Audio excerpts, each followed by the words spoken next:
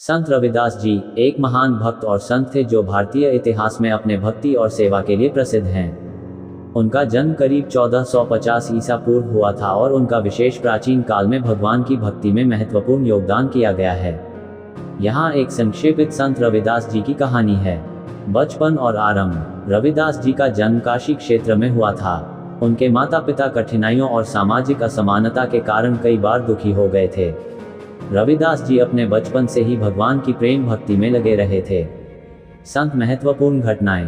ब्राह्मणों के साथ संबंध। रविदास जी के जीवन के एक महत्वपूर्ण पहलुओं में से एक था उनके समाज में व्याप्त जातिवाद के खिलाफ उनकी आंदोलन की शुरुआत। उन्होंने ब्राह्मणों के साथ समाज में समानता की मांग की और भगवान की भक्ति में सबको समाहित करने का संदेश दिया। भगवान की भक्ति। रविदास जी ने अपनी कविताओं और भजनों के माध्यम से भगवान की भक्ति का प्रचार प्रसार किया। उनकी रचनाएं आज भी भक्ति संगीत की धारा में प्रशंसा की जाती हैं।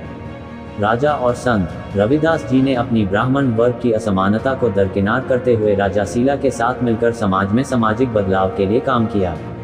महासमाधि। संत रविदास जी ने अपने जीवन को भगवान की सेवा में समर्पित कर दिया और अपने शिष्यों को भी इस मार्ग पर चलने के लिए प्रेरित किया।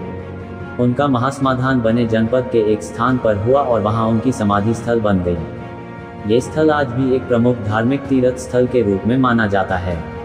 संत रविदास जी की कहानी से हमें ये सीखने को मिलता है कि भगवान की भक्ति में रत रहकर हम समाज में समानता, सेवा और प्रेम की भावना को बढ़ावा दे सकते हैं।